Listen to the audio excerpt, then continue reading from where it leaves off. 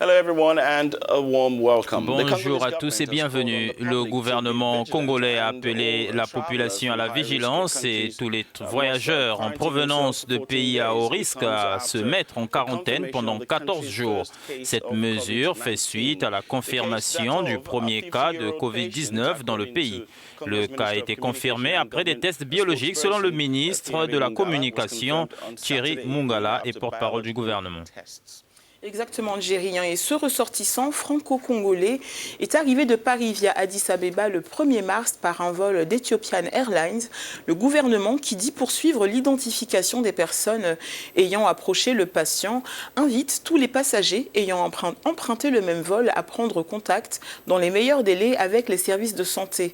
Ce premier cas confirmé de Covid-19 est apparu 10 jours après que le Congo a décidé d'imposer une quarantaine à tous les passagers en provenance des pays à risque, dont la France, une mesure qui, semble-t-il, n'a pas vraiment été appliquée selon de nombreux passagers arrivés entre-temps. Jerry. Et avec nous pour en parler, notre correspondant Lord Martial à Brazzaville en République du Congo. Bonjour. Lord, le Congo a maintenant un cas de coronavirus, ce qui signifie que 25 des 54 pays d'Afrique ont maintenant des cas de ce virus. Est-ce que vous en savez un peu plus sur l'identité du premier malade? Pour répondre droit à votre question, il faut retenir que le patient atteint du coronavirus est un ressortissant franco-congolais qui est arrivé à Brazzaville le 1er mars dernier en provenance de Paris via Addis Abeba en Éthiopie. Alors donc, il s'agit d'un homme de 50 ans qui a présenté les symptômes du Covid-19. Il a été testé positif par le Laboratoire national de santé publique. Aussitôt après, selon le communiqué gouvernemental, il a été pris en charge par les services de santé. Jusqu'à hier dimanche, son état était, semble-t-il, stable. Quant à sa femme de nationalité française et leur fille de 6 ans, elles ont été isolées et seraient sous surveillance permanente. Alors, on sait que ce premier cas confirmé a pris un vol d'Ethiopian Airlines en provenance de Paris. Ceux qui vivent et travaillent régulièrement au Congo connaissent peut-être ces vols qui sont souvent bondés. Est-ce que les autorités sont entrées en contact avec de potentiels passagers à risque?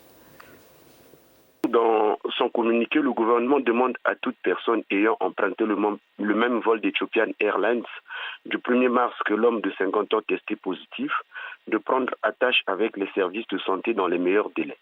La même invite est lancée à l'endroit des personnes venant des pays dits à risque. On peut les citer, donc la Chine, la Corée du Sud, l'Iran, l'Italie et la France, pour ne citer que ceux-là.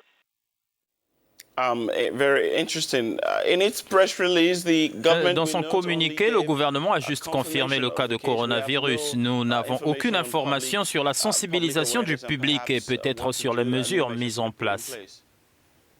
Jerry, dans le dernier paragraphe de ce communiqué gouvernemental que j'ai encore sous mes yeux, le gouvernement assure la communauté nationale et internationale que tous les moyens sont mis en place pour prévenir, contenir la pandémie du Covid-19, réduire les nouvelles importations et éviter la transmission locale de la maladie.